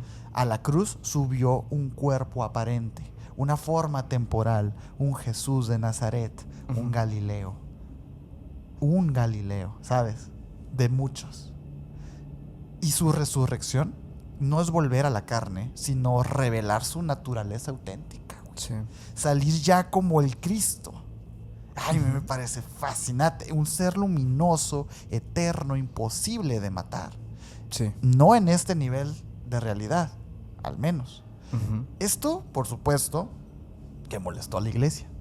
Sí. Por supuesto. El cristianismo necesitaba a un Cristo que sufriera físicamente para conformar sus pilares de fe. Los gnósticos decían, lo que murió no era Jesús, sino una ilusión de Jesús. Uh-huh. En el Evangelio de María y en el diálogo del Salvador, Jesús resucitado se aparece primero a María Magdalena. Eso Uh-huh. ya lo sabemos, ¿no? De una manera completamente distinta a la versión canónica. ¿Tú recuerdas cómo es la versión canónica? Bueno, bajan unos ángeles, unas escaleras, etcétera, ¿no? Se supone que María Magdalena dice que no fue así, no fue así. Él no bajó como un hombre físico, sino como una voz que surge del aire, una figura que aparece y desaparece, una presencia luminosa que transmite conocimiento secreto, una conciencia que está en un diálogo íntimo con ella. María no lo toca, María no lo abraza, María solamente pues lo percibe, y por eso pues bueno, Pedro se le echa encima cuando le dice, ¿no? En esos textos también Jesús la convierte en la heredera de su sabiduría oculta, Uh-huh. dejándole enseñanzas que a los demás apóstoles nunca les dijo. Por Uh-huh. eso Pedro pues también lo confronta, porque siente celos, siente envidia de que Sí. María conociera más a Jesús Uh-huh. que él. Sí. En el gnosticismo, María es la verdadera testigo de la resurrección. María Magdalena, ojo, Sí. María Magdalena. Es la verdadera testigo de la resurrección espiritual, la única capaz de comprender la magnitud de todo esto que te estoy diciendo, güey. Uh-huh. En el siglo I, Sí. cuando no había drenaje, cuando no había nada, ¿no? Uh-huh. En el Apocalipsis de Pedro sucede algo increíble. Pedro ve a dos figuras, un hombre siendo crucificado y otro Jesús arriba, sonriente, que lo observe desde la luz. Y Pedro pregunta, ¿cuál eres tú? Y Jesús responde, el que ves arriba es el viviente y el que ves abajo es mi semejanza. Uh-huh. Para el gnosticismo, Jesús tenía un cuerpo físico, una esencia divina, todo esto, ¿no? Esto explicaría el por qué podría aparecerse en lugares cerrados, cambiar de forma y desaparecer. Pero bueno, ¿qué implica todo esto? Según los gnósticos, Jesús no volvió a la carne. La resurrección fue un evento energético. Su cuerpo físico era un instrumento y no su verdadero ser. Y lo que regresó fue una conciencia luminosa que podía aparecer en múltiples formas, podía proyectarse. Uh-huh. Y ¿sabes qué? Lo entiendo a qué se refieren. Porque los símbolos trascienden. fronteras, trascienden realidades. Yo creo en esta visión gnóstica, la verdad. Pues es más interesante, ¿no? Yo también creo que ver a un Jesús interdimensional, o como un ser ya ascendido a un plano más ligado a este poder que mostró en vida, pues se me hace mucho más lógico, como liberándose de esta prisión física. Yo lo entiendo, y me gusta incluso pensar que en realidad todos tenemos la capacidad de hacer eso, güey. Pues en teoría la gnosis eso te dice, ¿no? Eso estudia, eso quiere. O sea, bueno, todos los gnósticos eso es lo que pretenden. Sí. Esa trascendencia. La liberación. Ajá. Sí. Puta. Sí. Bueno, pero con esto pasamos al nivel 5. Nivel 5, vámonos. Para este nivel yo te tengo algo muy interesante porque lo hemos mencionado en otros episodios. Sin embargo, no podía quedar fuera del iceberg. Y te estoy hablando del linaje de Cristo. Pero no estoy hablando de la parte de donde, o sea, el árbol para arriba, sino para abajo. Para abajo, güey, a la bestia. Pues bueno, en el siglo I todos los maestros judíos se casaban. Era la norma. El celibato no existía como un ideal. No, todavía. Los evangelios nunca dicen que Jesús no estuviera casado. O sea, nunca dice no estaba casado. Simplemente no mencionan su estado civil. No hay alguna relación de una cosa o la otra. Hay muchas personas que les molesta mucho pensar en este tema, ¿sí? O sea, en este punto hay mucho silencio. Entonces, imagínate cuántas cosas no se han dicho, ¿no? Pero realmente la pregunta aquí y el meollo de este punto del iceberg es: ¿Jesús pudo haber tenido esposa e hijos como cualquier judío adulto de su época? Creo que esta pregunta... es la pregunta del millón esa. Sí, y esta pregunta pienso yo, que es como fácil de imaginar, ¿no? Uh-huh. Como cualquier judío adulto de su época. Uh-huh. Creo que es muy fácil imaginarnos, ¿no? No confirmarlo, por supuesto que es súper complicado confirmar esto, pero hay muchas cosas que se hablan. La candidata natural de todo esto, sin enrollarme mucho en el tema, es María Magdalena. Una mujer que aparece como una discípula clave, pues financieramente independiente, presente en los momentos íntimos, mencionada como la que Jesús amaba en ciertas tradiciones, no en todas. Uh-huh. Pero, pues, se habla de un beso, se habla de un beso en la boca. Se habla de celos entre los apóstoles. Hay muchas cosas, pero la parte que yo quiero platicar es la teoría de la descendencia de Cristo en torno a ella, ¿no? Que comienza con una niña llamada Sara la Negra. Sara, güey. La princesa Sara. Sí. En las tradiciones antiguas del sur de Francia, Saint-Maurice de la Mer, se cuenta que tras la muerte de Jesús, María Magdalena llegó en una pequeña embarcación acompañada de varias mujeres y de una niña. Esta niña era Sara. Lo interesante es que Sara aparece descrita como una sirvienta. Las tradiciones gitanas dicen que era la hija de la mujer del Señor, así la mencionan. Esta frase fue repetida por muchos siglos, o sea, básicamente es por esto que se dice que era el linaje directo. Para el pueblo gitano, Sara no solo era pues un personaje simbólico, sino más bien era una madre espiritual. La figura de Sara es tan importante que incluso su figura es venerada como Santa Sara Cali. Ajá, la iglesia, de hecho, nunca la canonizó oficialmente, pero la gente la sigue venerando desde hace más de 1000 años. Eso solo ocurre cuando una leyenda tiene raíces bastante profundas e incluso históricas. Las tradiciones medievales afirman que Magdalena, María Salomé y María Jacobea, junto con la niña Sara, cruzaron el Mediterráneo y llegaron a la costa de Francia. La Provenza era un refugio de comunidades judías y de grupos místicos que básicamente llegaban a este lugar para esconderse y protegerse, pues, de estos peligros de las persecuciones por creencias que había en esa época. Se creía que en este mismo lugar fue donde iban a proteger a una niña que era directamente del linaje más prestigioso y también peligroso de la época. Si Sara era realmente la hija de Jesús, su identidad no podía hacerse pública. Tenía que ser oculta por lo menos durante algunos años. La insertan en esta comunidad que le iba a cuidar y cuyos rituales también pudieran mantener la historia viva sin que los romanos o la futura iglesia la eliminaran, y tal vez incluso fuera venerada con el tiempo por pertenecer a esta parte, pues sí, divina directamente. Ojalá, güey, pensamiento naíz. Sí. Siglos después, pues aparece una dinastía que cambiaría todo: los merovingios. Estos reyes del siglo V afirmaban poseer una sangre sagrada y un derecho divino que los hacía distintos a cualquier otro monarca europeo. Sus características eran muy populares. Aseguraban descender de un linaje misterioso, tenían rituales de origen judío, se decían que podían sanar con las manos y su cabello largo era considerado intocable. Y era como parte de su magia también. Los merovingios. Investigaciones como las de Laurence Garnier y Michael Weingart propusieron que esta sangre sagrada proviene directamente de Sara, la hija de Jesús y María Magdalena, mezclada con otras familias judías y demás, ¿no? O sea, de otras regiones de ahí alrededor.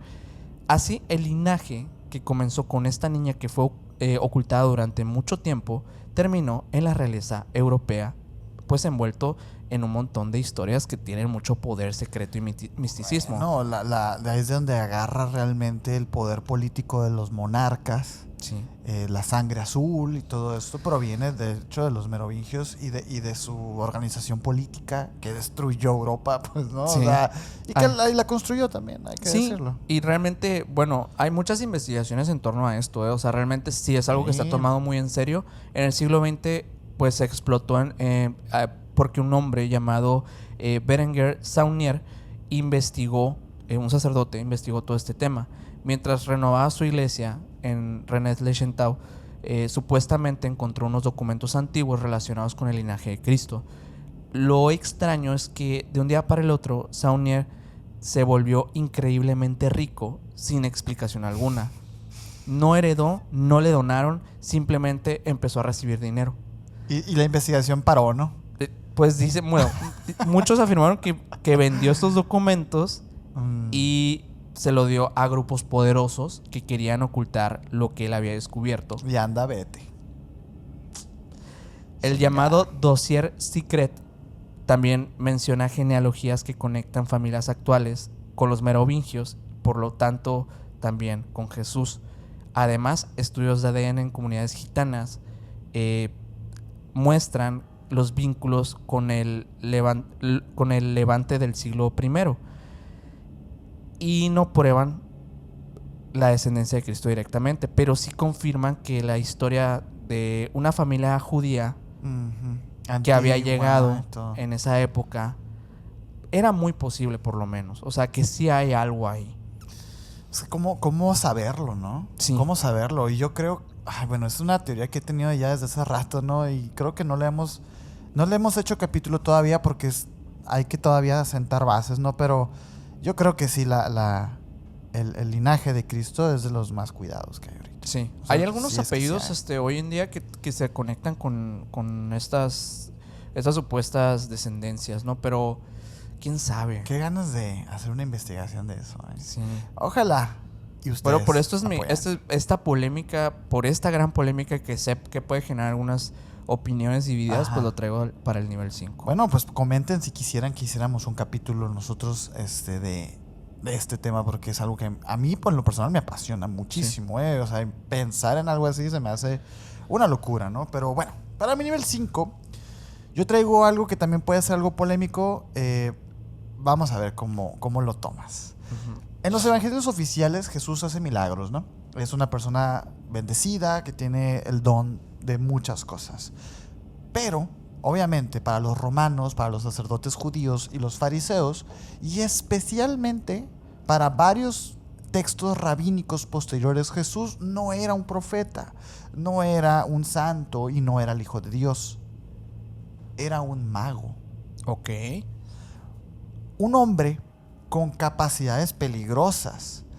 El documento judío más polémico sobre Jesús es el Toledot Yeshu, un texto clandestino prohibido, copiado en secreto durante más de 1000 años, en el que dicen que ahí Jesús aparece no como un Mesías, sino como un mago seductor, güey. Ok.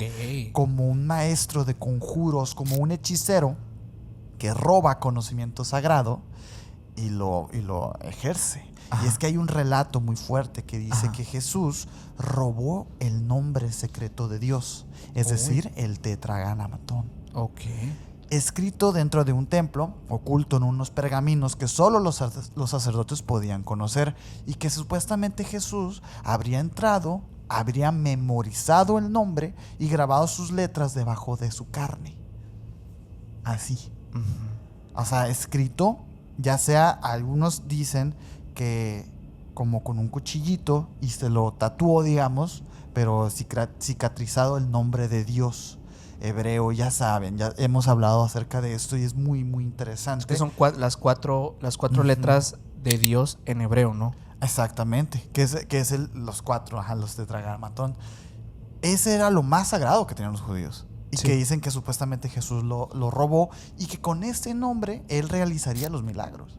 Sí. Que esta cualidad de la que hemos estado insistiendo en todo este iceberg de Jesús manipulando la realidad, bueno, hay personas que creen que esta es la razón, que de ahí es donde provenerían sus poderes. Esto obviamente es una acusación técnica de magia de alto nivel. Si la historia fuera totalmente inventada, no incluiría detalles tan específicos sobre rituales en los templos. ¿Por qué el nombre secreto era tan peligroso? Bueno, es que en la tradición judía pronunciar el nombre verdadero de Dios sería un acto prohibidísimo, reservado solamente para el sumo sacerdote, peligroso para el que lo usa, capaz de provocar fenómenos extraordinarios como, bueno, que se nublara, tormentas, calmar el clima y todas estas cosas. Para los magos egipcios y griegos y arameos, buscar el nombre de estas cosas, de estas divinidades, de estos seres, era como atar sus fuerzas y hacer uso de ellas, pues, básicamente. Entonces el hecho de que Jesús tuviera tatuado en su cuerpo, en su carne, el nombre real de Dios, le daría todos los poderes inimaginables. Es un poco similar como lo que pasa con Enoc o con el caso también del rey Salomón. Dicen los textos que enseñaba como quien tiene autoridad. Esto es el lenguaje técnico para un mago que controla un daemon por su nombre superior. Rey Salomón. Esto lo aprendes en el Grimorio del Rey Salomón. La gente no se sorprende de que expulse demonios, se sorprende de que lo haga sin usar una fórmula mágica visible. Eso es propio de un mago iniciado. El Evangelio de Mateo menciona que Jesús pasó tiempo en Egipto, y en ese tiempo, en el judaísmo del siglo I, Egipto era considerado la cuna de la magia. En el judaísmo hay otros personajes que hacían estas cosas similares. Hay uno que se llamaba Oni, el trazador de círculos, que se supone que él hacía llover con estos rituales, y Hania Vendoza, que era sanador místico del siglo I. Ambos fueron considerados justos, pero también milagrosos. Practicaban de forma primitiva la magia sagrada y etcétera, ¿no? Las historias son casi idénticas a las de Jesús: curar enfermos, profetizar, expulsar demonios, etcétera, ¿no? Y de hecho, en el nacimiento de Jesús, quienes lo reconocen no son sacerdotes judíos. Tú lo dijiste en tu nivel 1. Eran magos. Eran los reyes magos, güey. Practicantes de la astrología y de las artes ocultas. Y ellos dicen haber visto, pues, un signo en el cielo. Una estrella inteligente. Según Mateo, en griego, la estrella los guiaba con voluntad propia. Una luz que parece más un fenómeno sobrenatural consciente que un astro. Sí. En el mundo antiguo, que los magos reconozcan a un recién nacido era una señal de que ese niño iba a poseer poder esotérico. ¿Era Jesús un mago o algo más grande? Sea cual sea la respuesta, el rastro histórico está ahí. Jesús fue visto, Jesús fue temido, y Jesús fue acusado como uno de los magos más poderosos del Mediterráneo. El más poderoso. Uy, güey, ¿cómo es, güey? ¿Será un mago? Bueno, Ya lo dirán ustedes en sus comentarios. Creo yo que salieron muchas cosas para un sinfín de episodios que se nos estaba quedando por fuera. Pues este tema que es tan interesante. Ya extrañábamos un poquito. Pues de la Biblia. Al patroncito. Al patronzón. Del todo. Hay mucha gente que se enoja, ¿Sí? por esto que estoy diciendo. Tómenselo. Jesús no se hubiera enojado. O sí. Oye, o un rayo así, ¿no? Sí. Pero bueno, con esto vamos concluyendo este iceberg. Esperemos de verdad que hayan pues disfrutado de toda esta información tan interesante, tan atípica de repente que tocamos en este canal. Uh-huh. Porque creo yo que de repente hablamos mucho de religión, pero siempre existe esta parte que nos mueve. Jesús es el tope siempre, porque hablar de religión es fácil. Y desmentir y y encontrar los agujeros en los textos antiguos, pero luego vas a Cristo y dices, ok, entiendo por qué fue tan importante, ¿no? Sí, entiendo por qué fue tan importante, wow. Pero bueno, si les ha gustado este iceberg, pues los invitamos a que dejen su like por acá, que nos comenten también qué punto les interesó más, a lo mejor y puede ser un futuro episodio, quién sabe, ustedes díganos en los comentarios, siempre los estamos leyendo. Si has llegado hasta este punto, también te invitamos a que te suscribas a este canal, que nos sigas en todas las redes sociales como Emisiones Podcast, y a mí me puedes seguir como Minor Cordón en Instagram. A mí como Castillón Sergio en Instagram, y el buen Mike que está atrás en los controles como MyGal99 en Instagram, y el señor tiene 2 canales de YouTube para que vayan y lo sigan, por favor. Oigan, y checamos las estadísticas por ahí y resulta que como el 90 y tantos % no está suscrito. Y digo, si ya te echaste todo este iceberg, sí, pues ya suscríbete. Sí, ¿no? Estaría muy bien. Estaría bien, apoyarías ¿no? Si ya mucho. te lo echaste todo. Además de apoyar, digo, más allá de apoyar, ¿no? Porque a veces como que eso no llama mucho la atención. Sí. Yo lo que quiero decirle a la gente es que, de verdad, si ves los episodios cada semana, hay veces que se te van a perder algunos temas porque no estás suscrito. Entonces, si te suscribes, te va a avisar más fácilmente cuando salgan temáticas que te interesen. No es necesario que veas todos los videos, obviamente. No, nomás los que te gusten, pero mira, es un ganar-ganar. Sí. La verdad es que no pierdas nada. Apoyas muchísimo también. Digo, si te gusta apoyar este contenido y también quieres que esta comunidad pues, siga creciendo, sigamos haciendo cosas más grandes, más temas, a lo mejor más videos, quién sabe, pues sigue apoyando por acá con tu like, con tu suscripción.